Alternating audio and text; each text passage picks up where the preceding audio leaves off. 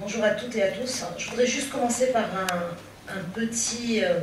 parce que je pense que beaucoup de femmes comme moi ont été un tout petit peu étonnées par l'étonnement de M. Dahmeni par rapport à la participation des femmes récemment. Je voulais juste rappeler que dans tous ces pays, les femmes ont toujours été présentes depuis le mouvement national et d'avant, qu'elles font partie intégrante des mouvements syndicalistes, des associations, qu'il y a des organisations féministes dans ces pays depuis les indépendances, autonomes des pouvoirs, aussi bien au Maroc, en Algérie, en Tunisie. Pour la Libye, il y avait aussi des femmes dans la société civile qui étaient engagées massivement. Donc je voulais juste le rappeler que les femmes n'ont pas émergé dans la foulée des révolutions et qu'elles ne sont pas... et ce n'est pas uniquement un phénomène récent. Alors pour revenir à la Tunisie, à ce qui s'est passé et au rôle qu'ont joué les femmes ou à leur participation dans ce mouvement, dans la vague de changement un peu qui secoue la Tunisie aujourd'hui, les femmes donc, ont toujours été présentes dans la résistance, dans toute l'organisation, dans les organisations de la société civile tunisienne qui résistait à la dictature de Ben Ali, dans les mouvements syndicalistes, dans le mouvement étudiant syndicaliste, je pensais à l'UGTT, mais également à l'UGET et toutes les organisations politiques. Et si vous voulez, et aujourd'hui, après le 14 janvier, elles sont investies de la même manière dans la continuité des luttes, dans la reconstruction du pays. Il se trouve que autour des trois mots qui ont été martelés en Tunisie pendant des semaines et qui continuent à être repris partout dans le monde et dans le sud, mais également dans le nord, à savoir liberté et dignité, et autour desquels les Tunisiens en tout cas se sont rassemblés et ont fait corps ensemble, il se trouve que pour les femmes, la dignité et la liberté sont indissociables de l'égalité et que c'est un préalable. C'est-à-dire qu'on ne peut pas entendre dans le mot liberté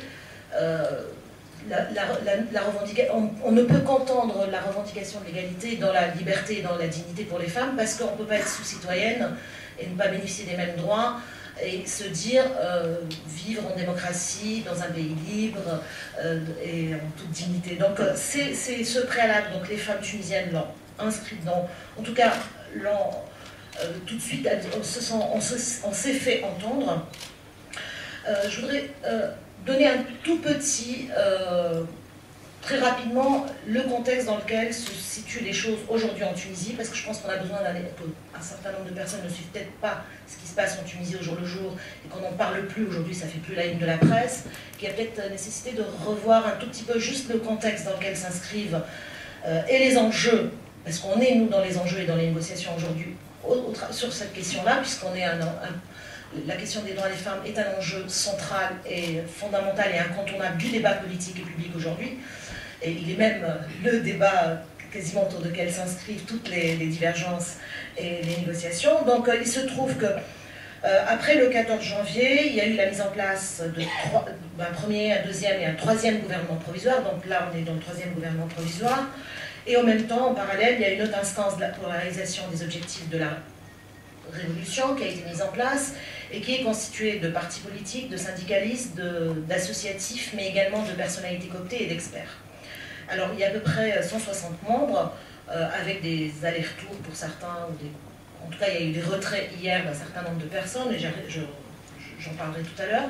Et cette haute instance a eu la charge de s'occuper du code électoral qui va statuer, en tout cas pour préparer l'Assemblée constituante.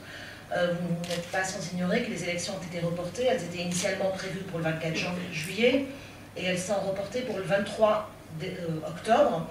Et donc, actuellement, il y a une instance qui va s'occuper de la supervision des élections sur tout le territoire tunisien, mais également à l'étranger, puisque la diaspora tunisienne va être associée au vote et il y a 19 personnes qui représenteront la diaspora à l'étranger.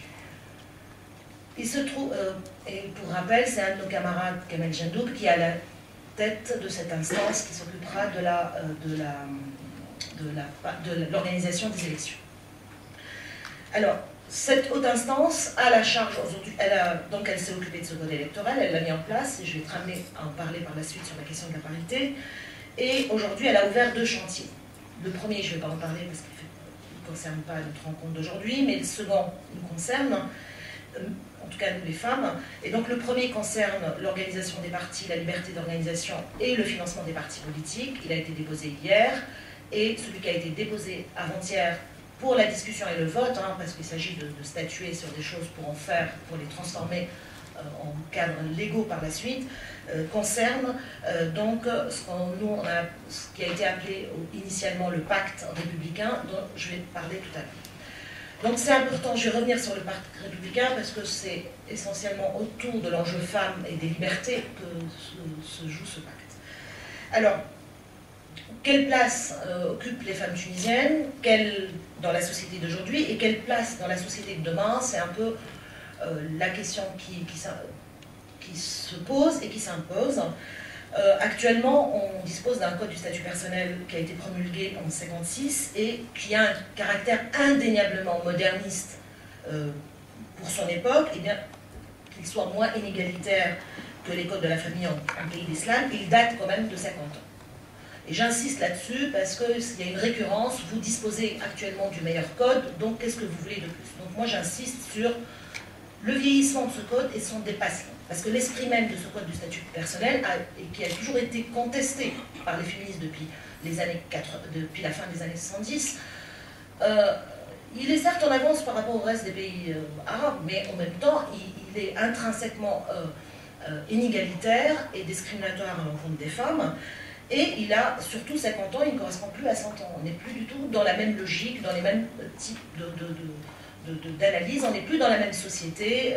Les femmes tunisiennes aujourd'hui occupent l'espace public, elles sont majoritaires dans les universités, elles sont à des postes à responsabilité dans les entreprises, elles sont partout dans la société et elles ne peuvent plus continuer à être considérées comme sous-citoyennes ou citoyennes de deuxième catégorie, et encore moins pour les non-musulmanes parce qu'on a en plus un petit souci sur une hiérarchisation des citoyens en Tunisie. Alors, ce code code du statut personnel, le CSP, ce qu'on appelle communément le CSP, les femmes n'y sont pas considérées comme des personnes titulaires de droits propres, mais comme épouses, mères, filles. Donc on est quand même sur une logique de la construction de la famille, sur quelque chose qui est articulé autour de l'organisation familiale et de l'organisation. Donc on n'est pas du tout sur des droits propres aux femmes. Et la répercussion immédiate, quand on veut essayer de voir en quoi ça pose un problème, on s'aperçoit que les mères célibataires, par exemple, ne bénéficient d'aucun droit. On en parle pas, elles n'existent pas.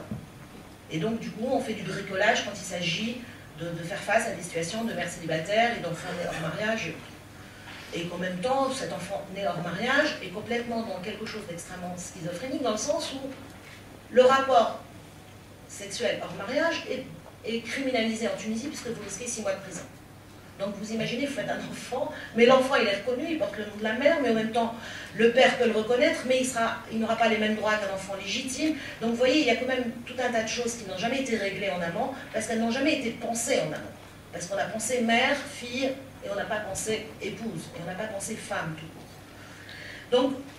Donc l'esprit même de ce code et les déclinaisons et tout ce qu'il intègre intrinsèquement comme dispositif font qu'il nous met dans des situations aujourd'hui extrêmement complexes et contradictoires et face à laquelle, en tout cas le droit, essaye de bricoler des réponses. Mais qui font que les femmes n'ont pas les mêmes droits. Par ailleurs, ce code du statut personnel, il est marqué par une filiation identitaire musulmane. Même si le droit tunisien ne se réfère à aucun moment à l'islam, ni à la charia, ni à quoi que ce soit. C'est-à-dire, si vous prenez tous les textes de loi tunisiens et tous les codes existants dans le pays, vous ne trouverez aucune référence religieuse. Aucune. On est dans un pays quasi sécularisé à ce niveau-là, sauf qu'on avait un article 1 de la Constitution qui n'existe plus aujourd'hui puisqu'on n'a plus de Constitution, qui pouvait permettre l'inspiration, ou en tout cas l'identification de l'appartenance musulmane. Et c'est là où on retrouve donc des déclinaisons et des inégalités qui découlent de cette appartenance. Elle réside dans les inégalités dans l'héritage, qui est favorable aux hommes, mais ce n'est pas non plus une application de la charia, je tiens à le préciser, c'est aussi quelque chose qui a été revu et corrigé et réajusté. Elle réside également dans l'interdiction de fait du mariage d'une musulmane avec un non-musulman, qui n'existe pas dans la loi, cette interdiction. Il n'y a aucune loi qui dise qu'une femme musulmane n'a pas le droit d'épouser un non-musulman. Par contre, il y a une circulaire, une simple circulaire qui date de 73. En plus, elle n'est pas apparue en 56 en même temps que le code du statut personnel. C'est quelque chose qui a été mis en circulation bien après. Il y a quelque chose également qui est inégalitaire, et on retrouve cette filiation religieuse de nouveau sur la question de l'héritage et de l'impossibilité pour une non-musulmane d'hériter d'un mari musulman. Donc vous voyez, on retrouve quand même à chaque fois cette appartenance et cette filiation. Donc il découle en gros que la citoyenne tunisienne non-musulmane n'a pas les mêmes droits qu'une musulmane, et qu'une musulmane, il y a également un droit de contrôle sur sa vie, puisqu'elle n'a pas le droit d'aimer qui elle veut, elle n'a pas le droit d'aller là où elle veut. Et donc, on est quand même sur une hiérarchisation avec trois catégories de citoyens. Les hommes qui bénéficient des droits standards normaux, les femmes musulmanes, les tunisiennes musulmanes qui sont sous-citoyennes, ou citoyennes deuxième catégorie, et une troisième catégorie, les non-musulmanes, puisqu'on fait une distinction entre musulmans et non-musulmans. Toutes ces entraves et ces inégalités ont fait que lors de la ratification de la CEDAW par la Tunisie, il y a eu des réserves d'émises. Donc vous connaissez la CEDAW, il s'agit de la Convention sur l'élimination de toutes les formes de discrimination à l'égard des femmes, et qui est intéressante pour une convention internationale parce que les trois quarts n'ont qu'une valeur symbolique, celle-ci est contraignante. C'est-à-dire les États s'engagent à harmoniser leurs droits, à harmoniser les situations, de manière à aller vers l'élimination de toutes les formes de violence. D'où beaucoup de femmes dans les pays arabes se battent par rapport au lever de réserve de la CEDAW, parce que c'est une des rares, en tout cas, conventions, c'est la seule convention internationale concernant les femmes qui est contraignante.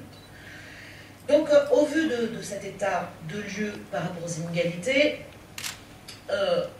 aujourd'hui, où on s'inscrit, nous, dans une nouvelle phase de notre histoire, dans une nouvelle page de notre histoire, à reconstruire la Tunisie qu'on a rêvée et telle qu'on la veut, celle de la dignité et celle de la liberté, ben, les inégalités entre citoyens ne peuvent persister dans ce contexte.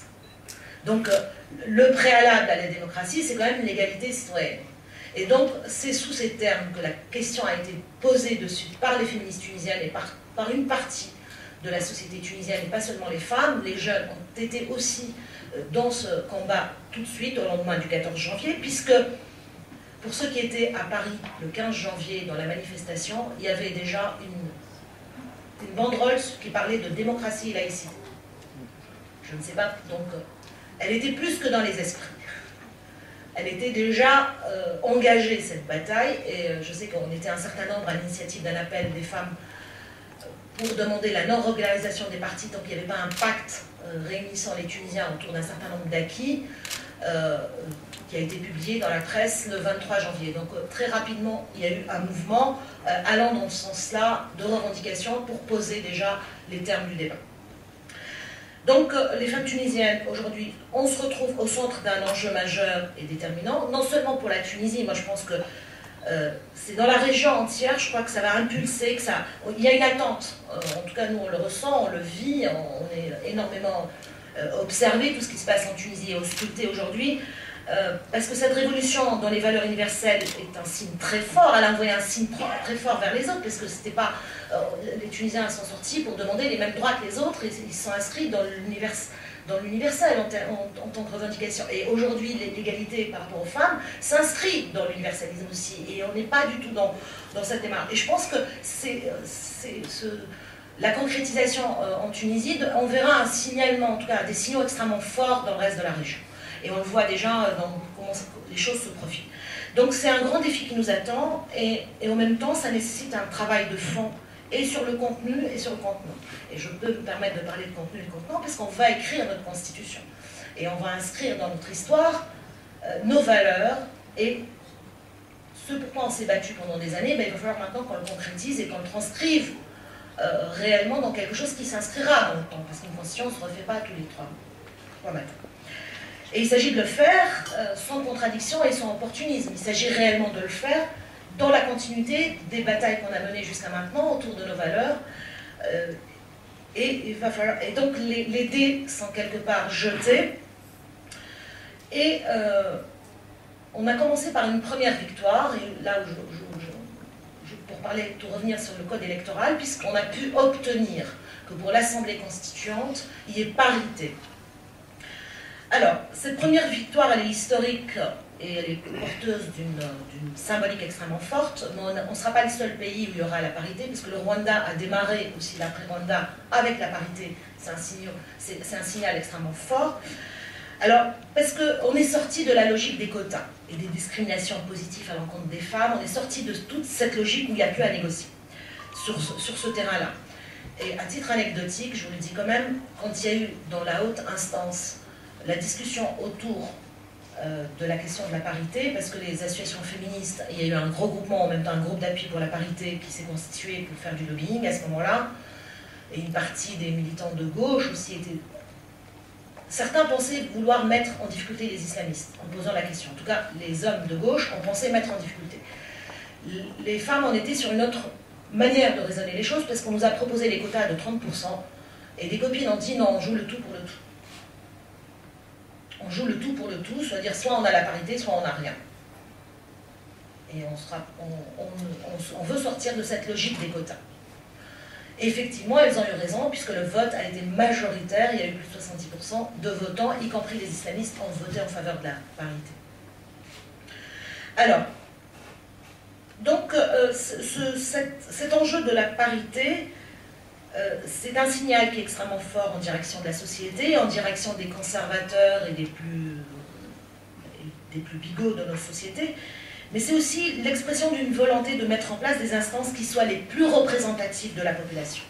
Et je pense que c'est ça qu'il va falloir aussi entendre, et que les gens, et que les plus jeunes, en tout cas, ont ce souci permanent, et une forme de vigilance permanente à ce que ce soit toujours le plus représentatif possible.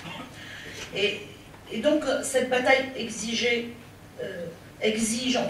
un équilibre entre les hommes et les femmes au sein des instances dirigeantes, a été menée par les féministes, par des militants de gauche, mais elle a été menée aussi par les plus jeunes dans la société qui ont poussé dans ce sens-là, puisqu'ils étaient les premiers à organiser les manifestations pour la laïcité, les premières marches. Ce n'était pas forcément les associations de femmes qui les ont organisées les premières. Les marches pour l'égalité organisées par les femmes, oui, mais les marches pour la laïcité, c'est vraiment les plus jeunes dans la société qui les ont organisées.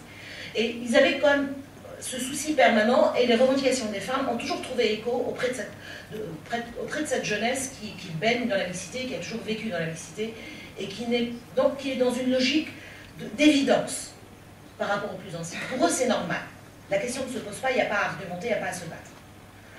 Alors, le défi majeur qui reste aujourd'hui, et qui a relevé, c'est celui d'inscrire le principe d'égalité dans la future constitution du pays, tout en étant conscient que son inscription dans la Constitution n'est pas suffisante. C'est-à-dire qu'il ne s'agit pas de dire que les hommes et les femmes sont égaux en droit et en tout ce que vous voulez dans la Constitution, que nous on sera contente et on va s'arrêter là. Et on l'a dit. Et on ne veut pas que de cela. Parce qu'on a en tête que la Constitution afghane, elle est égalitaire. Que la Constitution algérienne, elle est égalitaire. Ça n'empêche pas qu'il y ait des droits, des codes de famille abjects et infâmes en parallèle qui ne sont pas invalidés constitutionnellement ni quoi que ce soit.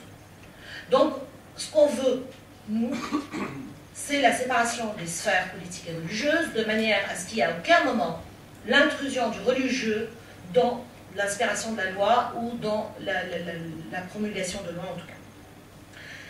Donc, notre bataille fondamentale, elle tourne autour de cela aujourd'hui, et on mesure en même temps la gravité du moment, et une partie des jeunes et des moins jeunes aujourd'hui ne veulent pas laisser place, en tout cas à l'inconnu, et affronter l'Assemblée constituante en ayant, sans avoir posé des jalons en amont. Et c'est ce qui s'est passé. C'est-à-dire qu'il y a quelques semaines, on rentre même depuis 2 mois et quelques maintenant, il y a eu un pacte républicain qui a été rédigé, signé par un certain millier de personnes, des milliers de personnes ont signé ce pacte républicain, et ils l'ont proposé pour que ça soit, en tout cas à tous les partis politiques, et ont fini par le signer. Ils portent sur 16 points, oui je abrège, ils portent sur 16 points ce pacte républicain, et les 16 points, 2 points fondamentaux, en tout cas nous concernant les femmes, concernent la séparation des sphères politiques et religieuses, et le principe d'égalité, l'élimination de toutes les lois, la préservation des acquis et la consolidation des droits,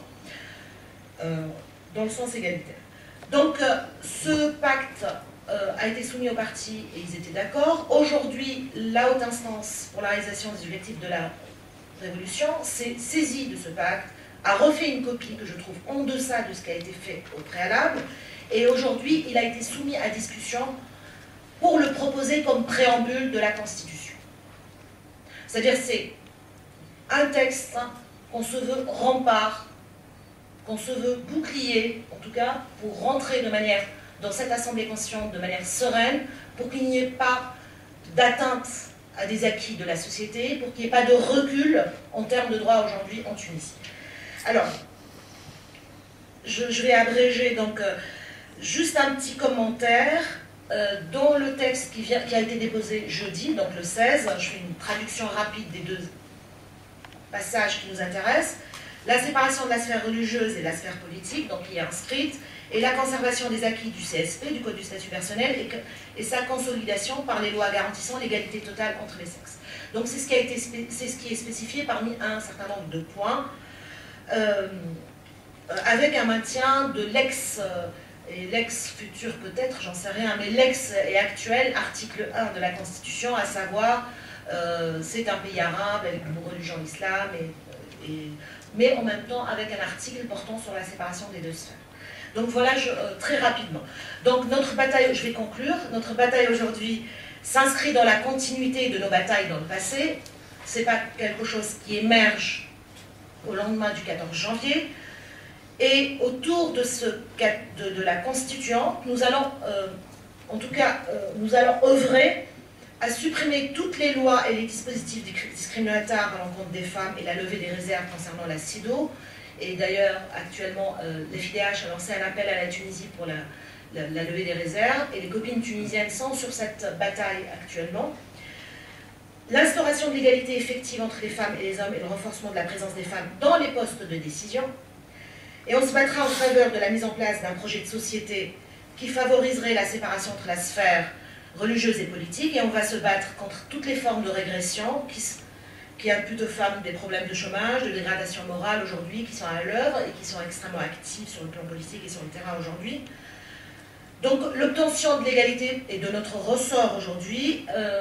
Moi, ce que je dis, c'est à nous aujourd'hui, maintenant, de relever de ce défi, à nous de nous présenter sur des listes électorales, à nous d'appuyer des listes qui sont favorables à nos droits et qui portent nos revendications, à nous de nous battre pour être tête de liste également, parce qu'on sait que dans le mode de scrutin qui a été choisi, la parité, il va falloir la traduire en présence, parce que la parité, ça ne veut pas dire que d'emblée, il y a 50% de femmes. Ça veut dire qu'on donne la chance pour qu'il y ait 50% de femmes. Donc aux femmes maintenant de se battre pour être tête de liste, pour être au maximum présente. Et donc c'est la bataille qui est aujourd'hui la nôtre. Et je conclurai par un slogan qui a été donné par une copine, Faiza Skandrani, qui a dit « Il faut penser parité et agir égalité ». Et donc nous avons décidé que nous ne serons pas les dindons de la farce et on ira jusqu'au bout de notre combat. On dénoncera tous les partis qui porteront atteinte à nos droits, on dénonce y compris des partis de gauche qui sont aujourd'hui dans un flirt assez indécent avec des islamistes et des partis conservateurs. On dénoncera tout ce beau monde parce qu'on n'a pas du tout envie de nous retrouver à la case départ et d'être le dindon de la farce.